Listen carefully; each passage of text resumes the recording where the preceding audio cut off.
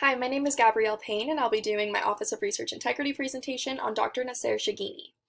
Dr. Chegini was born in Iran and moved to the United States when he was 32. He got his bachelor's degree from Shahid Beheshti University in Iran, and then moved to England to get his PhD in cell and molecular biology from the University of Southampton. In the U.S., Dr. Chegini worked for 7 years as an assistant professor at the University of Louisville, Kentucky, and then got hired by the University of Florida to be their professor of obstetrics and gynecology.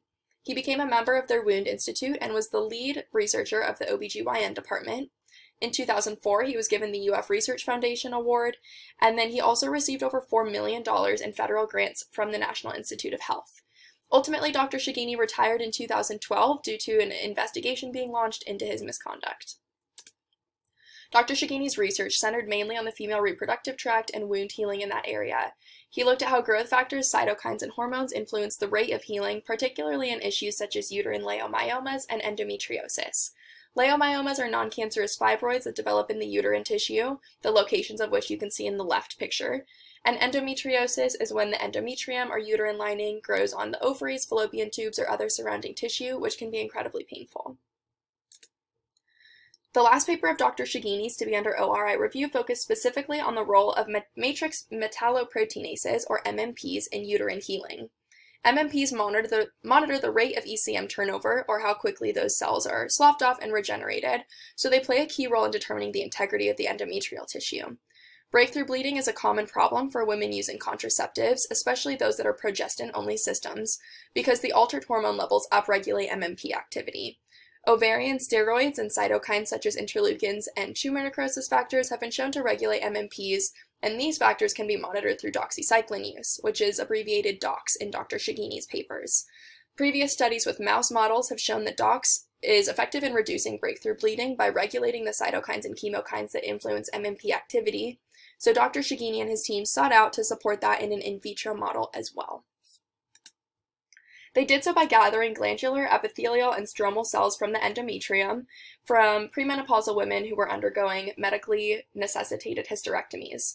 The human endometrial surface epithelial cell line was provided by another doctor, and all three of these types of cells were dosed with DOX ranging from 1 to 50 microliters. They also were exposed to ovarian steroids such as E2 and MPA, and tumor necrosis factor alpha in order to test their combinatorial effect with DOX. PCR and ELISA were both used to measure the levels of activated MMPs in these affected cells, and ultimately Dr. Chegini and his team determined that DOX therapy is effective both alone and in combination with the aforementioned factors in controlling MMP activity and thus treating breakthrough bleeding in women using contraceptives. The UF found that Dr. Chegini manipulated, falsified, and fabricated various sets of data in 9 different published papers. These altered how the data in his papers were interpreted and ultimately what conclusions were drawn. Because of the sheer number of fabrications, Dr. Chegini's intent was evident, and officials determined that his misconduct was habitual, so UF investigators called in the ORI for extra help evaluating the papers. The ORI decided to home in on one particular article from 2007 because the other 8 had already been retracted based on the UF's reports. This final paper on DOX therapy and treating breakthrough bleeding was found to have falsified data points in all but one of its 8 figures on MMP expression and activity. Dr. Chegini even went so far as to fabricate his standard error levels in order to make his falsified data seem more credible.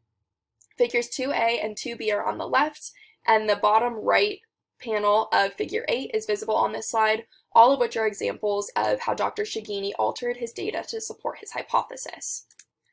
The UF conducted their own misconduct investigations and got the first 8 of these papers retracted, but it took the ORI's deeper investigation to get the final paper retracted in 2017. Dr. Chegini was the senior researcher on all of these papers, so he was the only one looked into for the bad science, even though a lot of the papers have shared authors.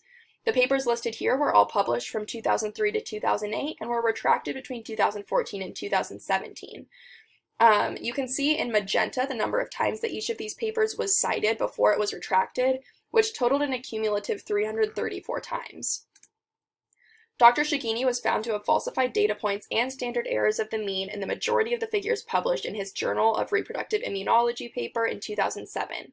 As a consequence, he had to retract this paper as part of his voluntary entering into a settlement agreement with the ORI in 2017. In addition to having to retract the paper, he had to agree to have his research supervised for 5 years, even though he hadn't engaged in any PHS-supported research since his retirement in 2012 and declared no intent to re-enter that world. But in the case that he did and applied for and received PHS support, Dr. Chegini had to agree that his institution would provide certification of his data's validity for 5 years upon starting that research, and he could not serve on any advisory boards for 5 years. Dr. Chegini retired from his position at the University of Florida in 2012 and has not done research since, but the research that he did prior to that retirement used over $4 million in federal grants. That money could have been applied to real studies with valid data. His 9 retracted articles were also cited over 334 times, so this was a wasted amount of time, money, resources, and more on studies that were done to repeat or follow up on Dr. Chegini's falsified data. His area of expertise, which was the female reproductive tract, is impacted by a variety of severe issues. Endometriosis and leiomyomas happen in a quarter of women over 36 years old, and they cause pain and infertility. These issues deserve valid studies into bettering their understanding of the disease and treatments, and unfortunately Dr. Chegini's fabricated results only set the OBGYN community back. Here are my references, and thank you for listening to my talk.